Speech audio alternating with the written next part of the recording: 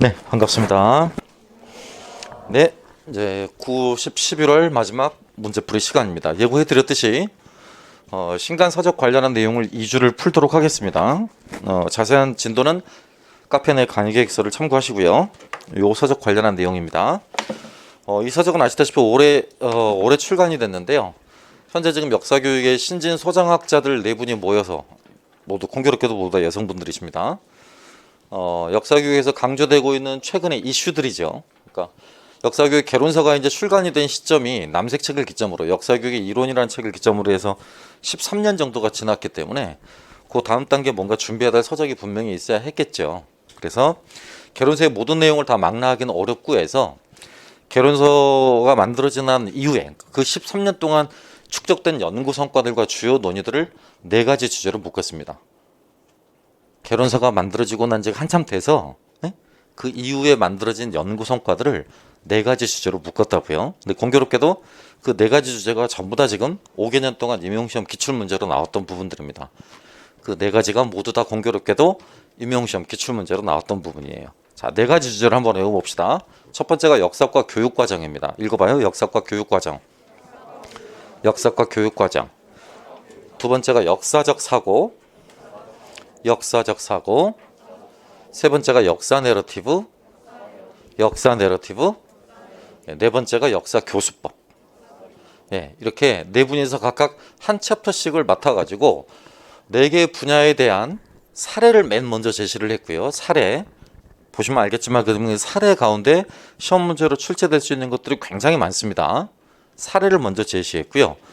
예비교사들을 위한 수험서적이다 보니까 예비교사가 생각해야 될 문제, 그 다음에 맨 뒷장에는 현직 교사로서 생각해야 될 문제, 요걸 2 챕터로 나누어 가지고 별도로 따로 편제를 했습니다. 그러니까 결국 한 챕터당 시험 문제 사례로 출제될 수 있는 게 가장 적게는 3개, 맨 마지막 뒤에 그 역사 교수법 들어가 있는 부분은 무려 12개 정도 시험 문제로 변형할 수 있는 사례가 굉장히 많이 들어가 있습니다. 이제 그런 부분들을 가지고 여러분이 다시 이런 책을 구입해서 남은 시간 동안에 이걸 읽어보기는 굉장히 어려운 일이어서 나올 만한 것들만 제가 선별해서 영역별 문제풀이와 모의고사 문항으로 나누어 드릴 테니까요. 해당되는 부분 설명 잘 들으시고 또 제가 불러드리는 내용 잘 받아 쓰시고 하시면 책을 꼭 굳이 구입하지 않으시더라도 좋은 성과를 거둘 수 있을 것이라고 생각합니다. 하나하나 봐보도록 하겠습니다.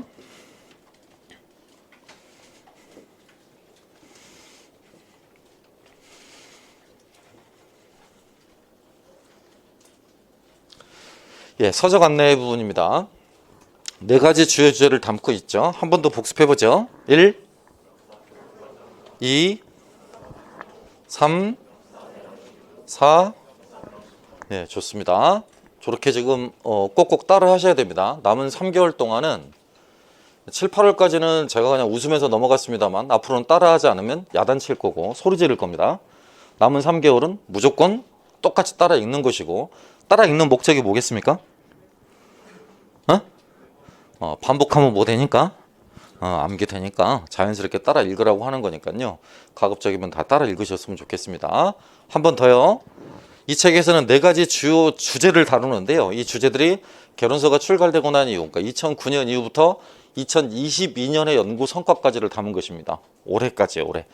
책 내용 보시면 알겠지만 올해 2월에 스탠퍼드 교육협의회의 인터넷 웹사이트까지를 활용하고 있는 각주가 달려 있거든. 그러니까 아주 따끈따끈한 책이에요. 스탠퍼드 교육위원회란 제가 미국 역사교육의 양대 위원회가 있다고 그랬잖아. 양대 흐름이요. 하나가 와인버그파라고 그랬고 하나가 키스바튼이나 린다 레스틱 브루라고 했었죠.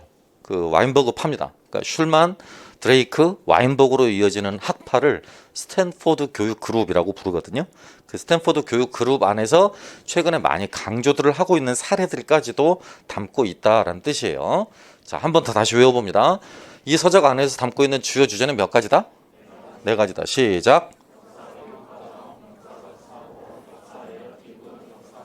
자, 여기서 말하는 역사 교육 과정은 크게 두 가지 수준으로 구분합니다. 그죠? 교육학에서 배우셨던 공식적, 비공식적, 잠재적 또는 표면적 이런 교육 과정의 구분 이외에도요. 가장 중요한 게 레벨입니다. 수준이죠, 수준. 곧 국가 수준의 교육 과정이냐, 지역 수준의 교육 과정이냐, 이를 활용한 단위 학교의 교사 수준의 교육 과정이냐 이렇게 구분을 하는 건데요. 그걸 양분을 한다면 국가 수준이냐, 교사 수준이냐 하는 겁니다. 자, 따라 외우셔야 돼. 국가 수준, 교사 수준. 국가 수준, 교사 수준.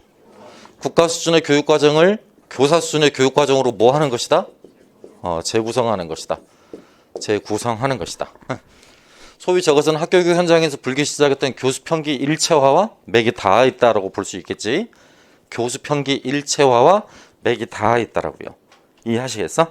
학교 교육 현장에서 불고 있었던 교수, 그러니까 수업 방법, 또 평가, 또 기록 이런 것들을 전부 다 하나로 통합시키고자 하는 이런 방향성과 맞닿아 있다고 생각하시면 되겠습니다.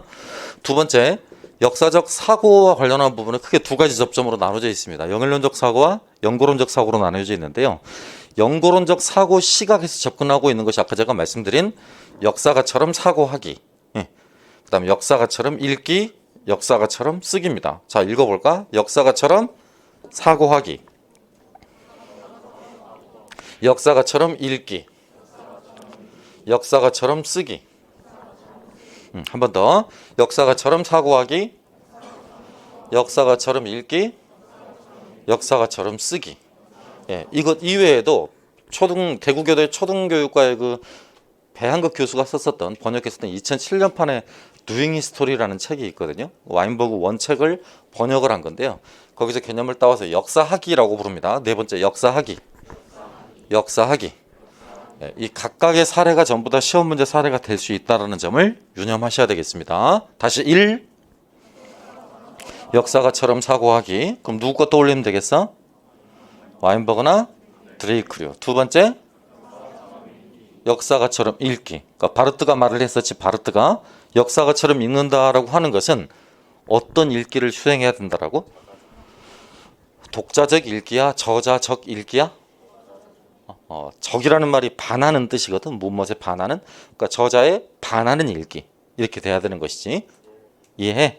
쉽게 말해서 저자적 읽기가 돼야 되는 거예요. 저자적 읽기. 텍스트를 비판적인 관점에서 읽어낼 수 있어야 된다는 거죠. 텍스트를 비판적으로 읽지 못하고 텍스트가 제시되어 있는 대로 종속되어 있는 읽는 독자를 앵무새 독자라고 읽었고 그걸 수동적 읽기 형태다라고 불렀습니다. 그래서 크게 actual reader라는 표현을 썼었고 반대표현으로 mock reader라는 표현을 썼어. actual reader라는 표현이 실제적 독자였었고 mock reader라는 표현이 앵무새 독자였습니다. 앵무새 독자. 누구를 따라 읽는? 저자를 따라 읽는 독자라는 뜻이었었죠. 이렇게 씁니다. 이렇게 actual reader, 그다음 mock reader, mock reader 뭐 이렇게 부르기도 하고요. 이게 적극적 독자고요. 요게 수동적 독자입니다. 적극, 수동. 요게 액츄얼 리더가 이제 실제적 독자라고 우리가 번역을 하는 거고요. 이게 모의 독자라고 번역을 하는 겁니다. 또는 이걸 앵무새 독자라고 부르기도 합니다. 앵무새 독자라고요. 자, 읽어봐. 액츄얼 리더, 적극적인 독자. 곧 저자의 관점을 비판하며 읽을 줄 아는 사람. 저자의 관점을 비판하며 읽을 줄 아는 사람, 그러니까 비판적 읽기를 수행하는 사람을 뭐라고 부른다? actual reader. 우리말로 실제 독자라고 읽는다고. 실제 독자. 반대되는 표현이 수동적 독자고 저자의 관점을 비판적으로 읽어내지 못하는 독자입니다. 무슨 독자? 모의 독자 또는 앵무새 독자라고 불러. 자, 한 번 더. actual reader. 실제 독자. mock reader. 모의 독자. 앵무새 독자. 이해하겠지?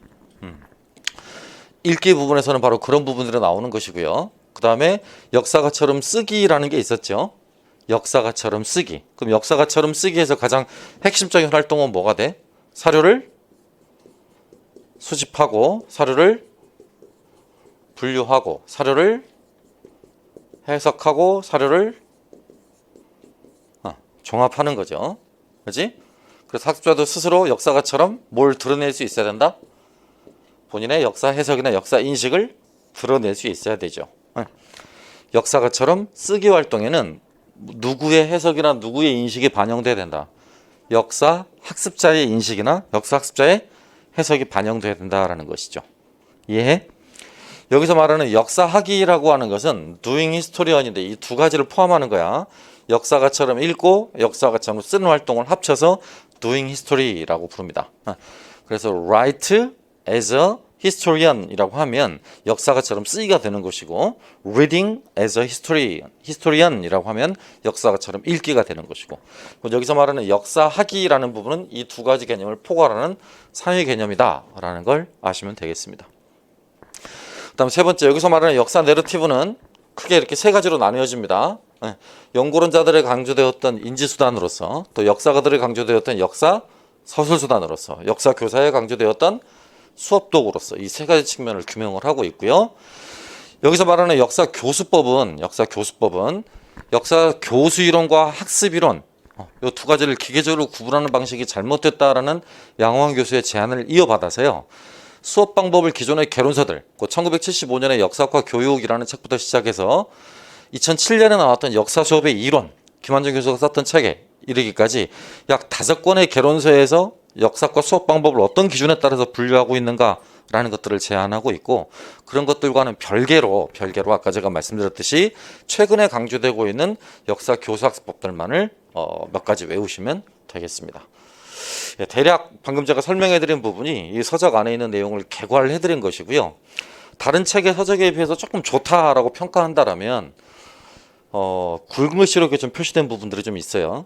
본인들 저자들은 뭐라고 하고 있냐면 역사교육과 관련한 주요 개념들을 깔끔하게 정리하고 설명해주기 위한 용도다라고 하고 있는데 제가 바라볼 땐 개념 설명이라고 보기는 조금 어려울 것 같고 뜻풀이, 의미풀이 이 정도로 보는 것이 타당해 보입니다. 그러니까 본인들이 생각할 때 중요하다라고 생각해지는 부분들을 굵은 글씨로 표현을 하고 있는 것이지 실은 역사교육 용례들에서 많이 사용되고 있는 용어나 개념들을 정확히 정의하고 있다라고 생각하기는 않습니다. 그렇게 바라보기엔 좀 무리가 있을 것 같고요.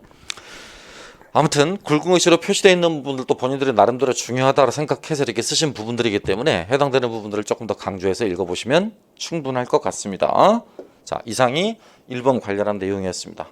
아시겠습니까? 이런 부분들도 지금 방금 제가 말씀드렸듯이 이 서적의 특징들이라고 할 수 있겠습니다.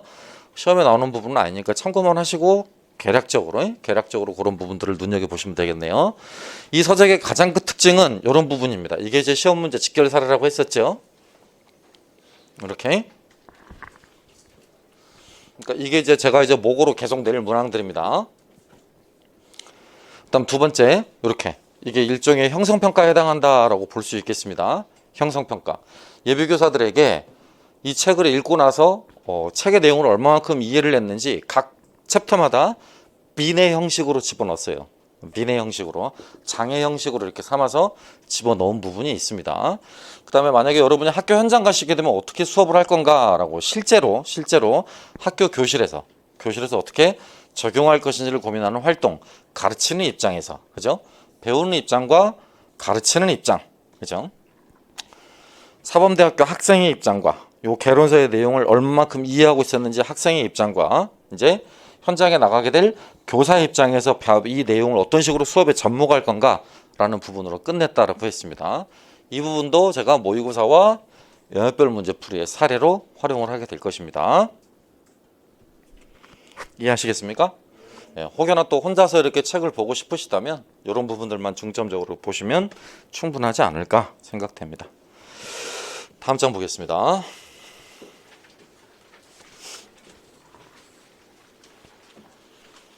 오늘은 지금 이제 첫 번째, 두 번째 거 들어가 있거든요. 역사 교육 과정하고 역사적 사고 부분 들어가 있습니다. 저주 프린트는요. 다음 주 프린트는 뭐 들어가 있겠습니까? 역사 내러티브와 마지막 역사 교수법 이렇게 들어가 있겠죠. 또 한번 해봅시다. 네 가지 주제 1. 역사 교육 과정 2. 역사적 사고 3. 역사 내러티브 4. 역사 교수법 이렇게 들어가 있다고요. 오늘은 두 장의 챕터에 해당되는 부분 문제 풀어보도록 하겠습니다. 교육과정이라는 말에 어원 이렇게 들어가 있습니다. 꾸레레, 말이 달리는 코스 이렇게 들어가 있죠. 전부 다 역사교육, 그러니까 교육학으로 학위를 받은 교육학 박사들이기 때문에 교육학 서적들의 내용이 굉장히 많이 들어가 있습니다. 이 서적 내용의 절반에 가까운 것이 교육학 내용들이라 보시기에 굉장히 편할 겁니다. 학교 교육이라는 측면에서는 학생을 교육하게 학교 안팎에서 미리 세운 모든 교육 계획을 말한다. 또는 학교에서 가르치는 교과의 목록, 한 강좌의 수업 계획서, 특정 목적 달성에 필요한 기능을 수달하기 위해 수행해야 될 일련의 과업, 학생들 학교 교육을 통해 결과적으로 달성한 학습 수준을 사전에 정해놓은 성취 기준들의 집합, 학생들의 수업 현장에서 교사와 상호작용하면서 겪게 되는 생생한 경험 그 자체, 학교 지도하에 일어난 학생들의 온갖 경험 등으로 정의되기도 했다. 모든 교육 과정학자들의 정의를 합쳐놓은 것입니다. 학교 교육을 넘어서 개인과 사회에 대한 규정으로 나가게 되면 범위가 훨씬 더 늘어난다라고 써있죠. 이렇게. 그죠? 사람이 자신의 일생을 만들어가는 과정에 영향을 준 모든 것, 현재 정치, 경제, 문화적 체제를 다음 세대에 재생산하는 수단, 학교가 학생들을 의식화시켜 사회를 개조할 수 있는 능력과 신념을 길러주는 수단, 이런 것들로 정의되기도 했다. 교육사회학자들의 정의를 따로따로 집어넣기도 했습니다. 다 전부 다 교육학자 개념이니까 외울 건 하나도 없습니다. 어쨌든 교육과정에 대한 이런 정의를 분류해보면 크게 교육의 내용과 활동을 위한 무엇이다? 계획이라는 말이 들어가 있는 거고, 이 계획 이후에 그걸 실행에 옮기는 과정이라는 말을 알 수 있죠. 아울러서 이 계획에 얼마나 도달했는가라는 걸 과정에 비춰본 결과입니다. 결과까지를 포함하는 것이죠. 따라서 교육과정은 세 가지가 융합된 것이다 라고 생각하시면 돼. 3P라고 부르지. 3P, 계획, 과정, 결과. 이 세 가지가 융합된 것을 교육과정이라고 부르고 있습니다. 또 아울러서 교육과정에 구현되는 단계는요. 여기 보시다시피 구현되는 단계는 계획된, 의도된 교육과정, 실행된 교육과정, 경험된, 학습된 교육과정으로 구분할 수도 있고요. 계획된, 의도된 교육과정은 교육부, 지역교육청, 학교 등이 사전에 계획하고 의도한 교육과정이고, 계획이 구체적일 수도, 계략적일 수도 있지만 통상적으로 이런 것들을 담고 있는 경우가 많습니다. 일반적으로 계획은 문서로 작성된다는 점에서 계획된 교육과정은 문서로서 교육과정이라고 할 수 있겠습니다. 그래서 여러 주체들이 있죠. 교육과정을 만드는 여러 주체들이 있다고 이렇게. 어떤 주체에서 만들어진 간의 교육과정은 이후 진행될 교육활동을 통해 기대하는 바를 담고 있다는 점에서 교육 실행을 위한 지침 역할을 한다라고 했습니다. 실행을 위한 지침 역할을 한다라고요. 아까 세 가지 수준이겠죠. 국가적 실행, 지역적 실행, 학교 수준의, 학교 차원의 실행을 위한 지침 역할을 하는 것이 교육과정이다. 계획된 교육과정은 교실에서 교사의 수업을 통해 실행된다라고 써있죠. 아까 계획이 플랜이었고 이 실행되는 과정이 지금 프로세스겠지? 그죠? 아까 마지막 P가 뭐였습니까? 보셔봐봐. 마지막 P가 뭐였어? 프로덕트였죠. 플랜, 프로세스, 프로덕트입니다. 그럼 실제로 그 프로덕트가 나오면 다음 플랜을 위한 구상이 되는 거지. 그 다음 교육과정의 실행을 위한 성찰의 과정을 말을 하는 것이 맨 뒤에 프로덕트인 것이죠. 다음 교육과정의 실행을 위한 성찰의 과정을 포함하고 있는 게 맨 마지막에 프로덕트의 과정임을 알 수 있습니다. 자, 3P 다시 한번 읽어봐. 첫 번째 P가 계획, 두 번째가 이걸 실행에 옮기는 뭐? 과정, 그렇죠? 마지막 P는 여기에 대한 뭐라고요? 결과, 프로덕트요. 자, 읽어봅니다. 계획, 과정, 결과. 계획, 과정, 결과. 이 결과 부분에서 다음 교육과정에 대한 뭐가 이루어진다? 성찰이 이루어진다고. 성찰이. 알겠습니까? 이걸 경기도교육청이 시행하고 있는 2차 시험 과정의 용어로 바꾸면 이게 뭐가 돼? 나눔이 되는 거지. 나눔. 수업 성찰 또는 수업 나눔. 성찰이나 나눔은 교사 혼자 하는 겁니까? 전문적 학습 공동체를 기반으로 하는 겁니까? 전문적인 학습 공동체를 기반으로 하는 것입니다. 그것이 학교 단위가 되든 또는 지역 단위가 됐든 간에 전문적으로 교사의 전문성을 함양하거나 신장시키기 위한 목적으로 만들어지는 교사들의 단체 또는 모임이라면 모두 다 전문적 학습 공동체라고 부를 수 있습니다. 그 전문적 학습 공동체 안에서 수행하는 것이 바로 교육과정 실행에 대한 무엇이다? 성찰이다. 성찰 또는 나눔이다. 라고 볼 수 있겠습니다. 예, 여기서 기억할 건 교육과정의 실행의 세 단계, 그것만 기억하시면 돼. 알겠습니까? 3P라고 그랬어. 한번 더 외워볼까? P, plan, P, process, P, product라고요. 한글로 시작. 계획, 과정, 결과. 시작. 한 번 더 시작. 알겠죠? 자, 이제 요 부분부터가 이제 시험 문제 나오는 부분입니다.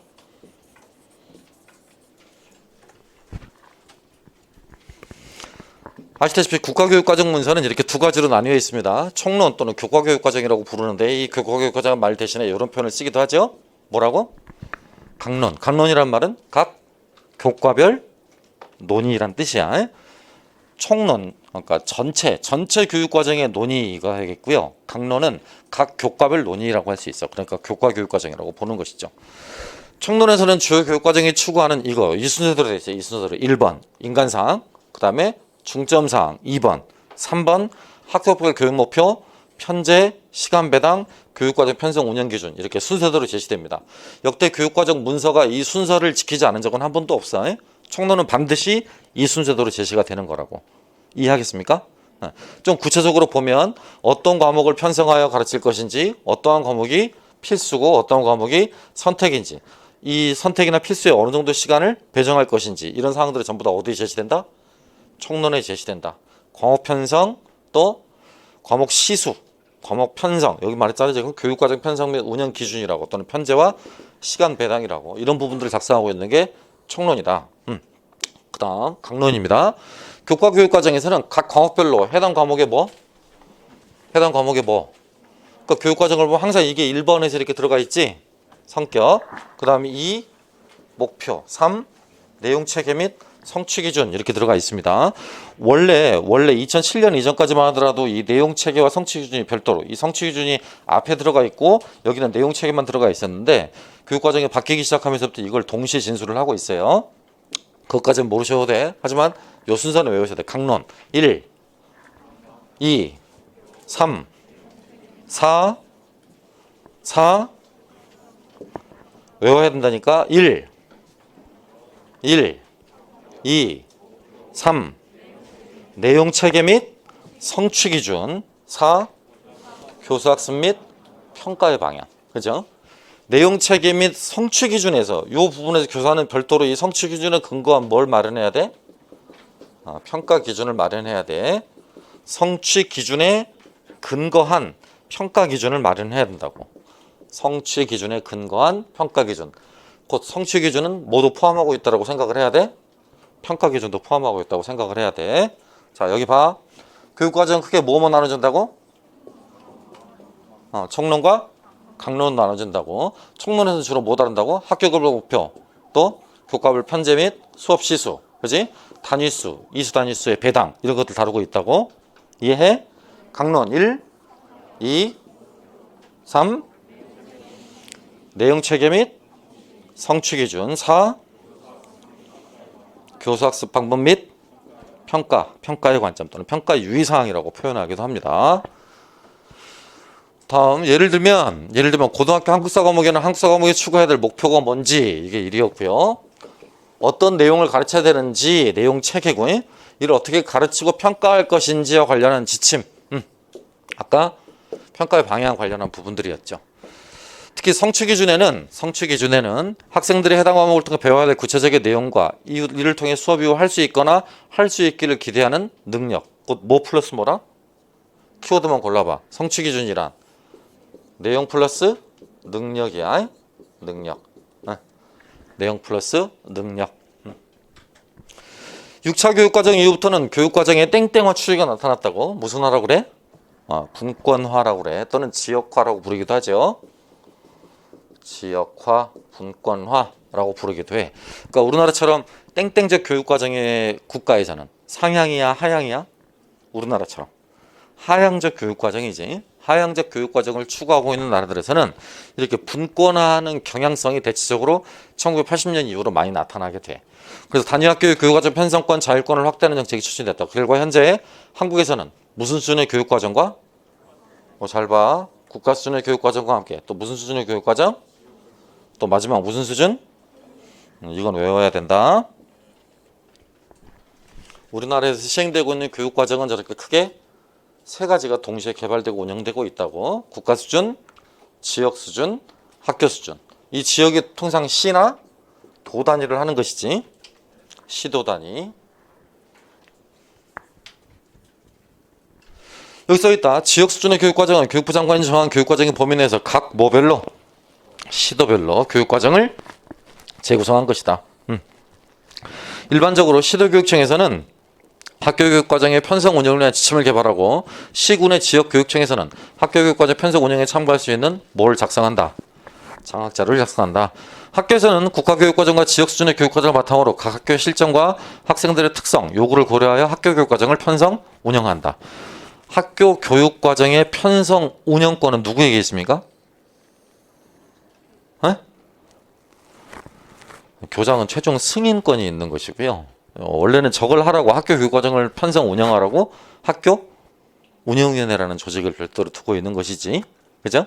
그래서 학습자, 학부모, 교사 이렇게 3박자가 주체가 되어서 이걸 결정하는 것입니다. 현실적으로는 그렇지 않지만 어쨌든 이상은 학습자, 학부모, 학생 이 주가 되어서 학교교육 과정을 편성 운영하는 것이고 편성 운영의 승인 및 고시권은 교장한테 있습니다. 학교교육 과정을 역사를 중심으로 살펴보면 학교교육 과정에서는 국가교육과정 총론에서 제시한 편제와 시간 배당 기준 또 해당 시도교육청의 지침을 토대로 역사 과목 중 어떤 과목을 편성할 건지 이들 과목을 몇 학년에 배치할 건지 몇 시수나 몇 단위로 편성할 것인지 라는 것들을 결정하고 각 과목별로 진도 및 평가 계획을 수립하여 제시한다. 과목별로 진도 및 평가 계획을 연초에 수립하게 되어 있습니다. 예를 들어 중학교의 경우 학교에 따라 역사 과목을 2학년에 주당 3시간, 3학년에 2시간 편성할 수도 있고 1학년에 2시간, 2학년에 3시간 편성할 수도 있다. 이건 편성 운영의 자율권이 누구에게 있으면 말해주는 거다? 어느 단체에 있으면 말해주는 거다? 단위 학교에 있다라는 거지. 지역과 단위 학교에 있다라는 겁니다. 국가 수준의 교육과정 안에서는 아시다시피 중학교 역사 같은 경우는 법적으로 원래 몇 학년을 가르치도록 되어 있는데 이렇게 가르치도록 되어 있어. 그래서 두 개 합쳐가지고 그냥 주당 5시수만 하면 되거든. 근데 저걸 학년별로 달리 바꾸거나 또는 학교 사정에 따라서 단위수를 바꾸거나 하는 것은 재량권이 있다라는 이야기야. 꼭 정해진 대로 하지 않아도 된다라는 뜻이죠. 이해해? 교육과정 운영에 관계된 부분이었고요. 네 번째, 역사과 교육과정의 변차와 관련한 부분입니다. 굳이 설명드리진 않겠습니다. 파란 책에도 많이 나와 있고 제 교재에도 엄청나게 자세하게 나와 있으니까 혼자 한번 읽어보시고. 5번 성취교육 이것도 제가 5, 6월달, 3, 4월달 이미 다 한 번씩 봤던 내용인데요. 여기 써있는 내용하고 조금 차이가 있는 부분에 있어서 옮겨놨습니다. 아까 말했듯이 성취기준은 뭐 플러스 뭐라? 내용 플러스 능력. 요 단어가 키워드니까 만약에 저희 기입형으로 나온다고 치더라도 이걸 쓰라고 물어보거나 개념 가운데 이걸 쓰라고 물어볼 테니까 세 단어만 기억하시면 돼. 성취기준 이퀄 뭐 플러스 뭐다? 성취기준 이퀄 뭐 플러스 뭐다? 이는 국가 수준의 역사 교육 과정이 교사와 학생에게 무엇을 가르치고 배워야 할지에 대한 내용 기준으로 기능하고 있음을 보여준다. 국가 수준의 역사 교육 과정은 성취 기준을 통해 수업 이후 학생이 필수적으로 달성해야 할 지식, 기능, 가치, 태도를 규정하고 있다는 점에서 학생의 학업 성취를 평가하는 무슨 기준의 역할을 한다? 평가 기준, Achievement Standard라고 그랬으니까 성취 기준 말하는 거지. 이해해요? 그러니까 이게 나중에 이제 무엇으로 작동할 수 있다라는 말이야 지금. 이걸로 작동할 수 있다. 평가 기준은 크게 이렇게 나눴습니다. 몇 단계로요? 3단계로 나눴죠. 즉 국가교육과정이 제시된 성취 기준은 교사가 가르쳐야 할 내용뿐만 아니라 학생의 성취를 평가하는 기준이 되는 것이다. 따라 성취 기준은 단위학교의 정기고사, 대학 수학능력시험과 같은 국가단위 평가를 위한 출제 근거로 기능하게 된다. 교사는 평가활동을 함에 있어 평소 학교에서 가르치는 내용과 기능에 대하여 학생 개개인의 교과별 성취 기준, 평가 기준에 따른 성취도와 학습 수행 과정을 평가해야 하는 것이다. 여기서 평가 기준은 평가활동에서 학생들이 어느 정도의 수준으로 무엇에 도달했는가, 얼마만큼 어디에 도달했는가, 성취 기준에 도달했는가, 곧 무엇에 대한 도달도 기준이다. 성취 기준에 대한 도달도 기준이다. 그걸 몇 가지로 나누고 있는 것 뿐이다. 상, 중, 하 세 단계로 나누는 것 뿐이다. 여기 말했잖아. 성취 기준에 도달한 정도를 상, 중, 하 세 단계로 구분하고 각 단계에 속한 학생들이 무엇을 알고 있고 무엇을 할 수 있는지를, 아까 무엇을 알고 있고 내용, 무엇을 할 수 있는지를, 능력, 그렇지? 이걸 평가 기준이라고 또 따로 부르고 있습니다. 평가 기준은 학생이 성취 기준에 도달한 정도를 판단하는 데 활용된다. 얼마만큼 성취했는가를 알 수 있다는 거지. 또 평가 문항을 만드는 데도 아울러 채점 기준을 수립하는 근거로도 활용되기도 합니다. 성취 기준의 활용 방안에 관련한 부분이야. 1, 2, 3 외워. 그 다음 6번 요것도 시험 문제입니다. 조심하실 건 여기 시험 문제는 앞에 5번하고 다른 게 이건 반드시 사례가 나옵니다. 사례가. 개별 교사 수준의 교육과정이라고 그랬으니까 교사가 짜고 있는 교육과정이 나오지. 저것의 대표적인 사례가 여러분이 갈색책에서 보셨던 조선 왕조에 대한 교사의 인지적 특성에 반영된 별도의 수업 지도 계획안이 있었잖아. 왕의 하루부터 시작해서 조선의 정체대에 관한 6차시 수업을 따로 꾸려놓은 표가 있었어. 기억나? 모르겠으면 갈색책 인지적 특성 부분 한번 찾아보도록 하고, 바로 그런 것들이 교사 수준에서 교육과정을 전면적으로 재구성한 것이죠. 교수의 오목의 전면적인 재구성이라고 부를 수도 있는 것이고, 이해해요? 거기에 관해 지금 설명을 하고 있는 거야. 국가 수준의 교육과정을 교사가 어떻게 실제 교수학습 현장에 적용하고 활용하고 있는가라는 부분이야. 자, 이 장에서는 교실 상황, 교실 수준에서 실제로 운영되는 교실 상황 또는 교실 수준에서 운영되는 실제적인 교육 과정을 이렇게 부른다. 그럼 뭐 어떤 세 가지 과정을 거치게 되겠지? 국가 수준의 교육 과정이 있고, 이건 문서상으로 존재하는 거죠. 이게 이제 지역 수준의 교육 과정이 있을 거 아니야, 그지? 그 지역 사회의 특성이나 요구를 반영하게 돼 있고, 여기다가 누구의 요구까지도 지역에 해당하는 학습자 측면의 요구까지도 반영하게 돼 있겠지. 이걸 기반으로 해서 이제 마지막 누구 수준의 교육 과정을 만든다. 교사 수준의 교육과정을 만든다. 이게 문서고 계획화된 것이라면 교사 수준의 교육과정은 계획되고 동시에 뭐 돼야 돼? 실행돼야 돼. 실행. 실제 수업 현장에 뭐 돼야 된다는 거야? 뭐 돼야 된다는 거야? 활용돼야 된다는 거죠. 실제 수업 현장에 활용된 교육과정이라고요. 그걸 실행된 교육과정 또는 실행교육과정이라는 말로 부르고 있습니다. 교사교육과정이라는 용어는 다양한 형태로 이루어지는 교사의 가르치는 행위를 모두 포괄할 뿐만 아니라 교실 수준에 이루어지는 교육과정 구성에 작용하는 교사의 전문성, 자율성을 잘 드러낼 수 있다. 키워드입니다. 이 책에서도 활용하고 있는데요. 이분들이 뭘 참고했는지는 모르겠는데 그냥 여타 다른 서적들에서는 전부 다 이렇게 쓰고 있는데 유독 이 서적에서만 이렇게 쓰고 있구먼. 뭔 일인지 모르겠구먼. 용어의 통일을 한다고 그랬으면서 학자 이름도 통일을 안 해놓고 책을 쓰다니. 그냥 보편적인 건 슐만이거든요. 근데 아마 발음 기호를 살린 것 같아. 요렇게. 그래서 슐먼 이렇게 썼더라고요. 뭔 말인지 알 수가 있네. 아무튼 두 가지 중에 아무거나 저는 그냥 이렇게 외우길 바래. 이게 일반적이잖아. 발음상으로도 그게 맞을 것 같아. 저걸 슐만, 그렇긴 하다. 애매하네. 슐만의 표현으로 부르면 이게 무슨 지식이야? 이걸 살리기 위한 지식, 이것의 표상, 교수 내용 지식이었고, 이것의 표상, 교육 과정 지식이거든. 이것의 표상, 뭐로부터 분리된 자율성, 국가로부터 분리된 자율성이지. 교수 내용 지식, 교육 과정 지식 관련한 부분입니다. 따라서 이 장에 사용하는 교사교육과정의 구성이라는 용어는 교과서의 재구성, 국가 성취 기준을 토대로 한 내용 구성, 성취 기준의 순서 변경 및 추가 삭제, 국가 교육과정의 틀에서 벗어난 독자적인 교육과정의 구성 등 실제 학교 현장에서 이루어지고 있는 것이지, 실제 학교 현장에서 이루어지는 다양한 형태의 교육과정 구성과 실행을 모두 포괄한다고요. 이걸 줄여서 무슨 교육과정이라고 부른다고? 교사 교육과정이라고 부른다고요. 요거 하나만 기억하면 돼.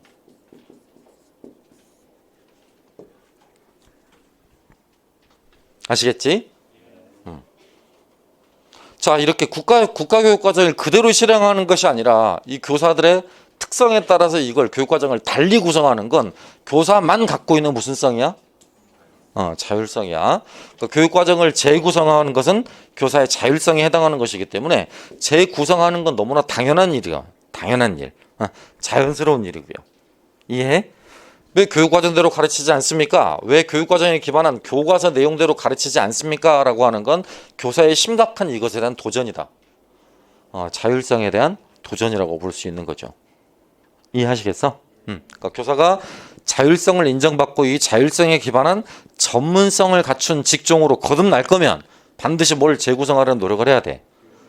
그렇지. 쉽게 말해서 국가교육과정의 성취 기준을 재구조화할 수 있어야 되고 교과서 내용을 전면적으로 재구성해서 가르칠 수 있어야 돼. 전면적으로 재구성한다는 예시 사례는 뭐 이런 것들이야. 고등학교 세계사가 간 지역적 접근에 의해서 갖춰져 있다. 내가 생각할 때는 아이들이 간 지역적 접근에 따른 역사 이해가 훨씬 더 어렵다고 생각하기 때문에 나는 간 지역적 접근을 과감히 포기하고 연대기적 순서로 재정립한다. 간 지역적 서술에 입각한 세계사 교과서의 내용을 연대기적 교육과정으로 재구성해서 아이들에게 수업을 진행한다. 이렇게 하면 교사의 무슨 성이 사는 거다? 자율성이 사는 거다. 7차 고등학교 국사 교과서 같은 경우 분류사 체계로 되어 있기 때문에 정치, 경제, 사회, 문화 각 영역별로 발전되고 향상되어 갈 수는 있겠지만 정치, 경제, 사회, 문화가 유기적으로 연결되어서 그것이 한국 역사 발전의 중요한 동력이 되어왔다는 종합적 인식이나 판단에는 그 영향력을 행사하지 못해. 곧 학습자들의 종합적 인식 능력과 판단 능력을 배양해 주기 위해서 7차 고등학교 교육과정이 제시는 분류사 체제를 타파하고 연대기와 주제 중심으로 재구성했다. 이것도 교사가 말한 무엇이다? 교육과정 재구성이다. 이해하겠죠? 저로 쳐보게. 이 내용을 가지고 4개를 순서대로 앞에서 뒤에까지 다 읽어줄 수도 있겠지. 그치? 하지만 이거 4개를 앞에서부터 뒤에까지 순서대로 다 읽어주는 건 비효율적이다라는 게 내 판단이라고. 그럼 내가 효율적이다라고 생각하는 건 뭐야? 중요한 내용은 요약을 해주고 또 중요하다고 생각한 내용은 요약한 내용 가운데서 사례문항을 만들어서 풀어보게 하고. 이해하죠? 이것도 제 나름의 저 책을 뭐 한 거다? 재구성한 거다. 이게 만약에 국가 수준의 교육과정이다라고 한다면 저는 뭐 하고 있는 거다? 교사 수준의 교육과정을 만들고 있는 거다라는 거죠. 정말 무슨 말인지 알겠죠?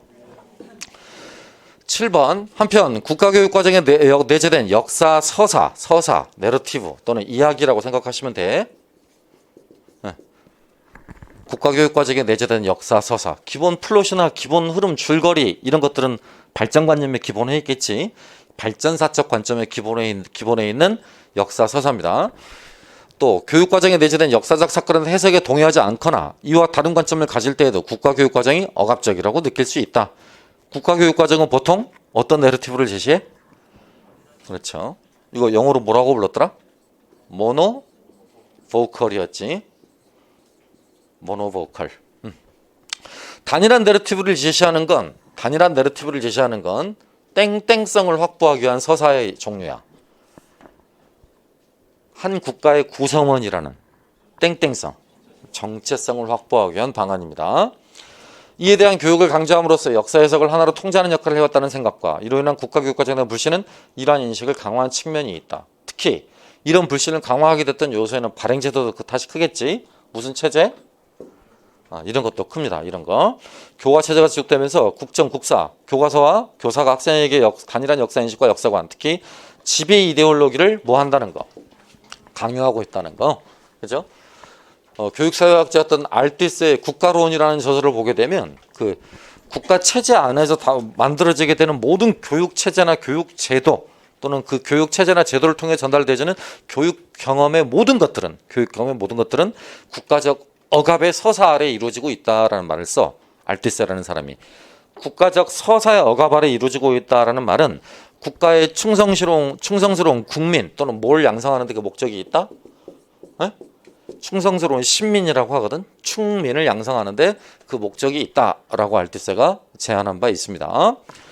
자, 이러한 문제의식 속에서 일부 교사들은 국사 교과서는 다른 역사인식에 기초한 대안교과서를 만들기도 했어. 뭐 있었어? 살안, 살세 이런 것들이지.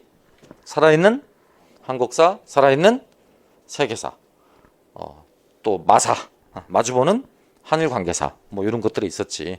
역사 교사 모임에서 낸 서적들 말이야. 대안교과서. 들어본 적 있죠? 한편 박근혜 정부 시기 발생했던 역사 교과서 국정화 사태 이후 역사과 교육과정 재구성 시도가 활발했다는 점도 국가가 부과하는 단일한 역사를 가르치는 것에 대한 문제제기라는 측면에서 볼 수 있다. 역사 교과서 국정화 사태 당시 많은 역사 교사들은 국정 교과서가 국가가 올바르다고 판단하는 역사를 학생들에게 일방적으로 주입하고자 하며 다양한 형태의 역사 교육을 불가능하게 할 것이라고 봤다. 이는 교사의 무엇을 훼손하는 것이다? 자율성을 훼손하는 것이다. 이때부터 이제 교육과정을 전면적으로 재구성해야 된다는 그 교사의 무슨성을 높이자라는 목소리가 자율성을 높이자라는 목소리가 커져 나갔던 것이라고요. 알겠죠? 그 다음 교사 수준의 교육과정의 필요성입니다. 왜 필요하냐라고 하는 부분인데요. 뭐 당연하죠. 왜 필요하겠습니까? 저마다 다르기 때문이야. 교사들이 저마다 다르기 때문이고 또 학생들이 저마다 다르기 때문이죠. 그러니까 학생들의 요구나 학생들의 흥미, 학생들의 선행지식, 학생들의 발달 단계, 또 교사의 역사관, 교사의 역사교육관, 교사가 갖고 있는 학생관 등등에 따라서 얼마든지 교육과정이 재구성될 수밖에 없다라고 말을 하고 있는 것입니다. 읽어보시면 교육학 내용들이야. 그 다음 이 부분 한번 봐볼게요. 표 보이나요? 뒤에 제가 그 문제로는 한글 표를 만들어서 그렇게 쳐놨는데요. 차라리 그걸 앞에다 붙여놓을 걸 그랬어.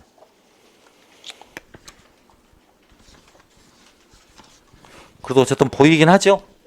만약에 정확히 안 보이시면 뒷문항 6번 그 자료 안에 들어가 있는 표가 이거거든. 자, 읽어볼까? 역사과 교사 교육 과정의 뭐 과정? 구성 과정, 만드는 과정이지. 제일 처음에 뭐해? 계획해, 계획. 그잖아. 플랜을 짜. 자, 계획을 짜는데 첫째, 제일 먼저 해야 될 게 있어. 계획 짜기에 앞서서. 교사에 뭘 정립한다? 역사관, 역사교육관.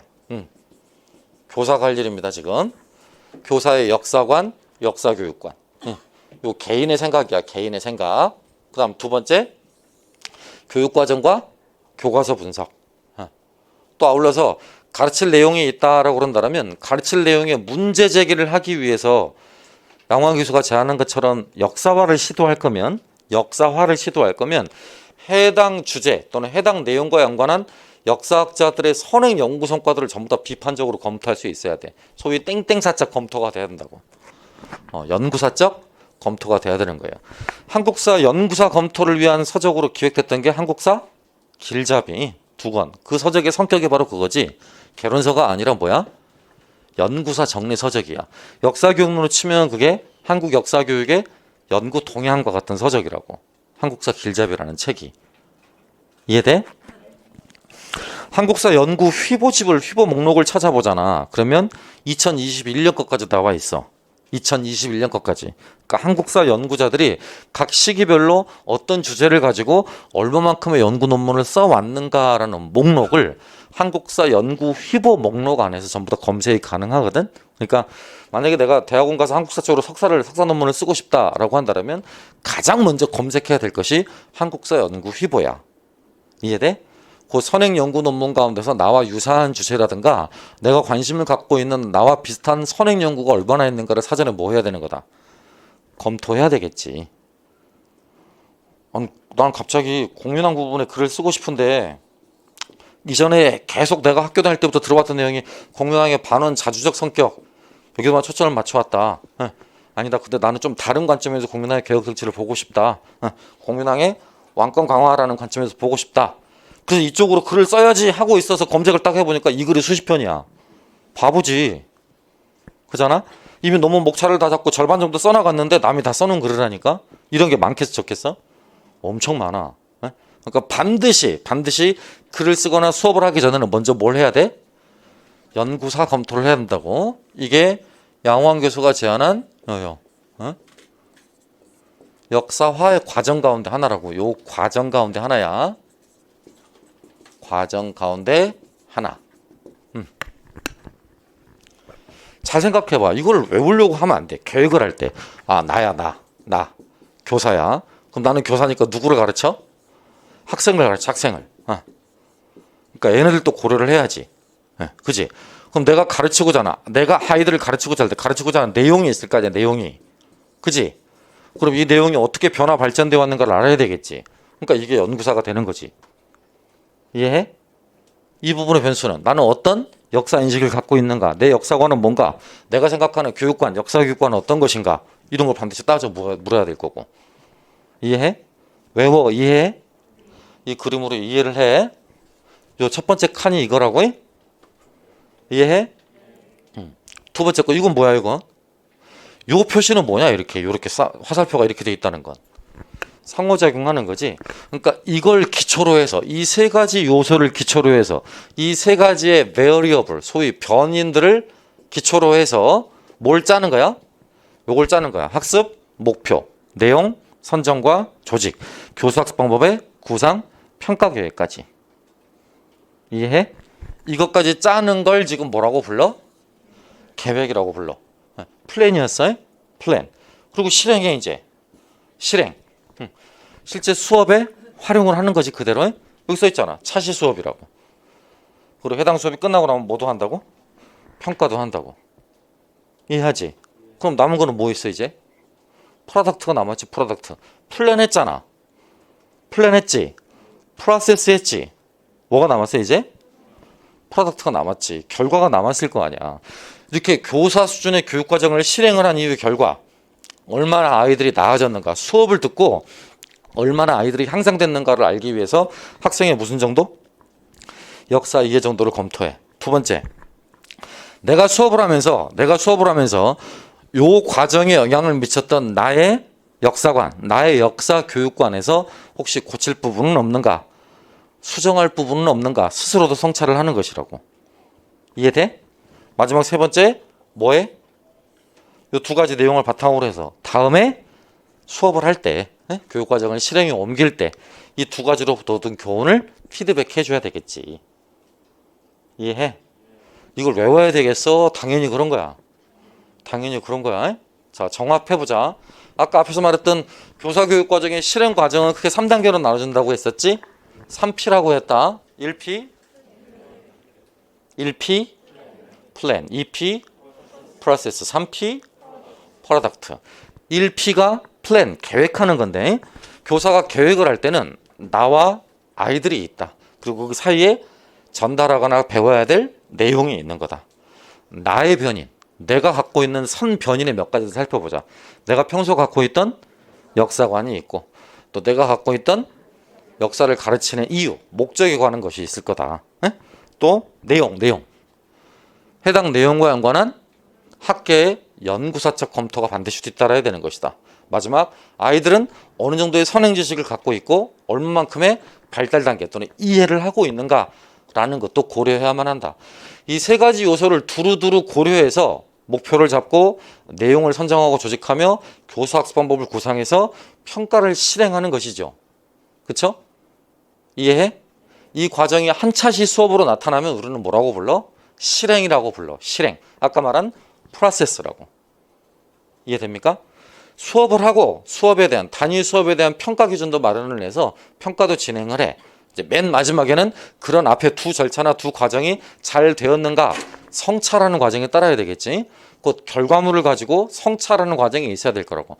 프로덕트의 단계에서 성찰하는 과정이 있어야 될 거라고. 이해해? 아이들의 이해도가 수업 이전에 비해서 얼마나 향상됐는가를 알아야 될 거고, 내가 갖고 있는 역사관이나 내가 갖고 있는 역사교육관에 혹시 문제점이 있다면 그런 부분들이 얼마만큼 교정되었는가라는 것도 살펴봐야 될 거고. 이해하겠어? 가장 중요한 거, 이런 모든 변화된 사항이 다음 차시 실행된 교육과정에 반영이 돼야 돼. 다음 차시 수업에 반영이 돼야 되는 거라고. 오케이? 내가 말 안 해도 겁나 중요한 표현인 거 느낌이 와? 자, 문해력 연습을 해보자. 문해력 연습을 해봐. 내가 내기도 했지만 만약에 니들이 시험 문제를 내는 출제위원들이야. 얘네 나이 또래 된다고 쳐보자. 한 47, 46 니들이 그 정도 된다고 쳐봐. 그래서 니들이 가르치는 학부생들한테 한 24, 23 이런 아이들한테 중간고사나 기말고사로 문제를 낸다고 쳐봐. 이 표로. 뭘 내겠냐?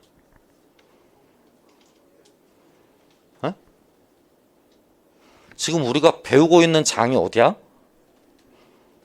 아까 4개의 비네, 4개의 챕터 가운데 지금 뭐 배우고 있냐?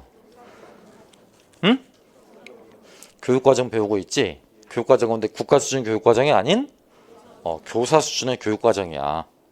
거기에 염두를 둬. 그럼 이 표 안에서 뭘 물어보겠는지를 알게 될 테니까. 그렇지? 첫째, 수업 단계로, 요 단계로 치면 요 물어보겠지? 요거 3단계로 치면 이해해? 이게 우리 2차 시험하고도 연관된 부분이기도 하고 최근의 트렌드이기도 하잖아. 그지? 요 3단계 안에서는 이걸 쓰라고 물어볼 수도 있는 거라니까? 그지? 그럼 세부적인 거, 요 박스, 요 네모 박스들 안에서 찾아보자. 뭐 물어보겠어? 이거 너무나 당연한 거잖아요? 이거 뭐 녹색색, 남색, 저 파란색 다 목차 아니냐. 저런 걸 물어볼 리는 없을 거 아니야. 그럼 뭐? 위에 거? 위에 거? 이해해? 위에 거 이 세 가지 가운데서도 다 물어보기는 어렵다? 그치?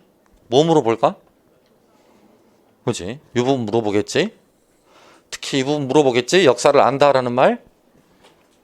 그잖아? 역사 교육관이 역사 교육의 목적론 부분이었으니까 역사를 안다라는 말로 연관해서 물어보겠지? 이해해? 그 다음 요거 요 연구사 검토가 아까 제가 뭐라고 그랬어? 역사화의 과정 가운데 하나라고 그랬지?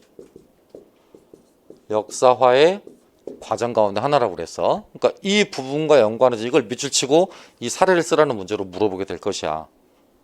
이해합니까? 이건 물어볼 거 없고. 자, 여기서 물어본다면. 그렇지. 가장 중요해. 수업 이후의 결과에 누가 얼마만큼 변화됐는가 해서 누가의 핵심은 누구야? 학생이야. 그러니까 학생의 역사 이해 검토라고 하는 건 수업 전에 비해서, 그러니까 이 교사 수준의 교육과정 교육과정이 실행되고 난 이후에 실행 이전에 비교해서 얼마만큼 못했는가, 향상됐는가, 나아졌는가를 파악하고자 하는 거야. 네? 변화된 학생의 역사 이해를 검토하는 부분이라고. 알겠습니까? 이 표 내용 이해하시겠어? 제목이 뭐라고 붙었어? 역사과 교사 교육과정의 구성 과정이라고 들어가 있어. 응? 또 굉장히 단순하게 이렇게만 표로 나올 거다라고 생각하는 바보는 없겠지. 이렇게도 나오겠지. 이렇게. 그지? 이 표를 펼쳐서 이걸 지금 삼각형으로 드러났지만 펼쳐서 순서대로 나올 수도 있을 거 아니야. 그래도 헷갈리지 말라고. 어차피 같은 표니까. 내용 이해하겠어? 외워봐 이제. 교사 수준의 교육과정이 실행되어지는 과정 1단계. 야, 고개 들어. 여기 봐. 1단계. 한 번 더 시작. 계획형으로 process. You are not Englishman or woman. Got it? Process. Product. 자, plan. 교사. 학습자. 내용. 시작. 교사의 뭐? 역사관, 역사교육관. 역사관, 역사에 대한 생각 또는 인식. 따라서 역사관이라고 안 물어보고 역사 인식이라고 물어볼 수도 있어. 그럼 이런 거 생각해야 되겠지. 고개 들어. 이런 거 생각해야 될 거라고. 나는 역사를 문학과 같은 것으로 생각한다. 나는 역사를 과학과 같은 것으로 생각한다. 나는 역사를 사실로서의 역사로 생각한다. 나는 역사를 해석으로서의 역사로 생각한다. 이런 가지수를 생각해야 돼. 이게 위에서 말한 역사관이야. 오케이? 두 번째, 역사교육관. 역사를 안다라는 말이 될 수도 있고, 전통적인 역사교육의 목적 5가지가 될 수도 있고, 스탠스 4가지가 될 수도 있어. 이해해? 그러니까 각각의 사례들이 전부 다 따라 붙어서 시험 문제로 출제될 가능성이 있다는 걸 알아야 돼. 역사를 안다의 의미 1. 역사적 사실을 뭐 하는 거? 기억하는 거. 2. 역사적 사실들 혹은 사건들 사이에 인과관계를 기억하는 거, 이해하는 거. 그다음 세 번째, 역사적 행위의 의도, 목적, 동기 이런 것들을 이해하는 걸 말하지. 네 번째, 역사적 사실이나 사건에 대한 평가를 말하는 거고. 그렇지? 자, 4가지 스탠스. 1. 동일시. 2. 분석적 관점. 3. 도덕적 관점. 4. 전시적 입장. 동분. 버벅대지 마라. 동분. 누가 나눈 거라고? 역사 교육을 바라보는 전통적인 목적론에 대한 대안으로서 바튼과 랩스틱이 제안한 스탠스, 입장이라고. 입장. 역사 교육을 바라보는 입장. 이해해? 그 다음 또 하나 고려할 건 학습자겠지. 학습자의 측면에서 연구론의 관점에서 고려한다는 점을 잊지 말아야 돼. 이 책 4장에서도 나중에 강조하고 이야기를 하지만 연구론자들이 강조하고 있는 건 학습자들의 스캐폴딩이야. 스캐폴딩. 비고치크가 표현했듯이 아이들의 스캐폴딩은 통상 교사가 제공을 해주는 거야.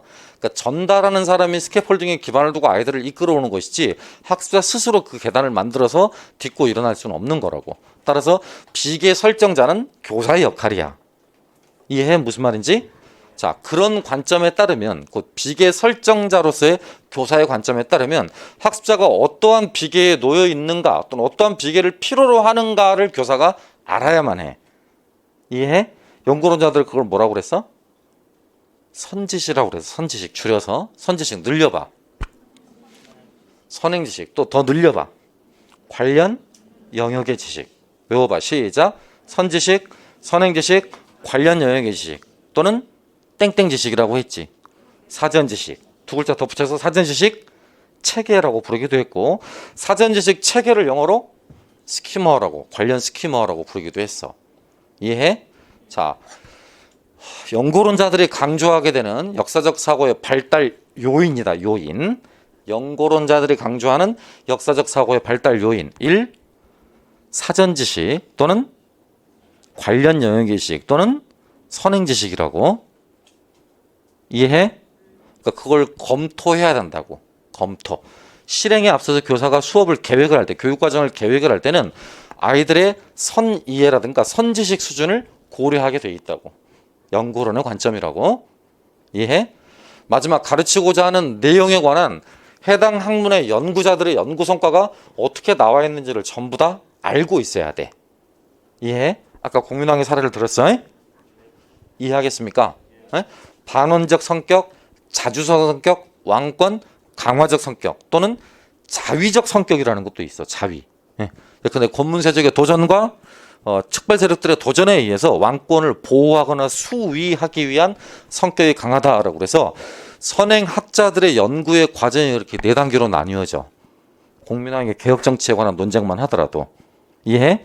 그러니까 그러한 연구 과정에 진행되어 온 절차 또 연구 과정 사이에 그들의 관점, 그들이 은연중 포함시키거나 배제시켰을 관점 그런 것까지를 따져 묻는 작업을 뭐라고 그랬다?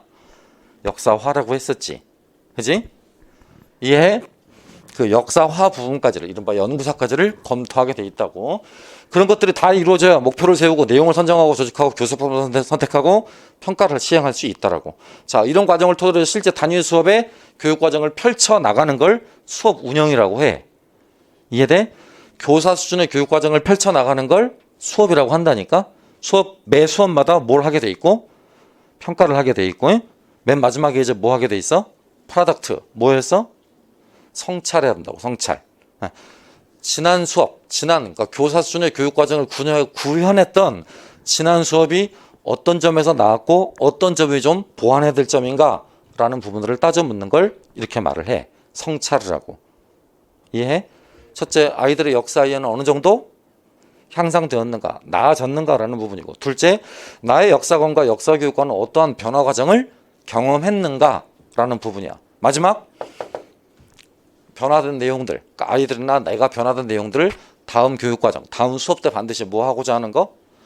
활용 또는 응용하고자 하는 거. 알겠지? 오늘 배웠던 내용 가운데 1순위야. 1순위. 이걸 외우지 못해서 시험 문제 답을 못 쓴다. 그건 돌대가리야. 시험 볼 자격이 없어.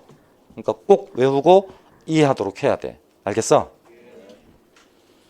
잠깐만 쉬죠.